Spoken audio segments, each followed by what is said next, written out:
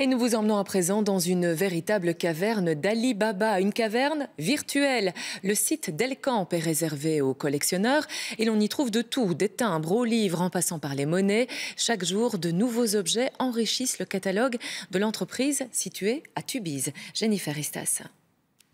L'aventure d'Elcamp commence au début des années 2000. Son fondateur, passionné de timbres et de programmation informatique, rate un entretien d'embauche chez le géant de la vente en ligne eBay, un tournant décisif. Le recruteur m'a dit que je ne serais pas capable de programmer un tel site. Moi j'étais programmeur, donc je voulais faire ça. Et donc j'ai douté de moi-même, je suis rentré chez moi, sur la table de la cuisine, j'ai ouvert mon ordinateur, j'ai acheté mon nom de domaine, c'est pour ça que ça s'appelle Delcamp. J'ai pris ce qui me passait par la tête, j'ai pris delcamp.com et j'ai commencé à programmer. Ça m'a pris 6 mois après mes heures de boulot et je me suis prouvé que je pouvais y arriver et ça a plutôt bien marché. 17 ans plus tard et avec une trentaine d'employés, plus d'1 200 000 utilisateurs vendent et achètent entre particuliers via Internet des objets de collection triés dans plus de 20 000 catégories. On a plus de 60 millions d'objets en vente actuellement. Les catégories principales sont les timbres, les pièces de monnaie et les cartes postales.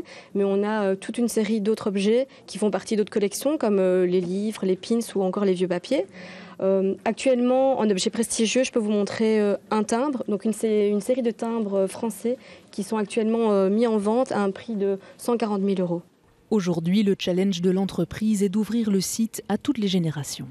Les gens ne sont pas que philatélistes, donc on a ouvert de plus en plus de catégories justement pour ça. C'est parce que les collectionneurs de timbres, typiquement, ce sont des messieurs qui ont minimum 55 à 75 ans. Tandis que des collectionneurs en bande dessinée ou en vinyle, ce sont des gens qui ont plutôt mon âge en fait. Et donc on a beaucoup de demandes pour nous ouvrir à ces catégories-là. Forcément, au fil des années, des ventes un peu particulières ont marqué l'histoire de l'entreprise. À l'époque, on avait vendu un bulletin du roi Albert II, par exemple, où les notes n'étaient pas si mauvaises qu'on aurait pu le croire à l'époque. On avait vendu un passeport diplomatique du roi Baudouin. Et un peu plus récemment, nous avons eu un dentier de Churchill. C'était assez spécial aussi comme vente. Pour la petite histoire, le dentier le plus célèbre d'Angleterre, fixé à 50 000 €, n'a jamais trouvé d'acquéreur. Mais il est trop tard, l'objet a depuis été retiré du site internet.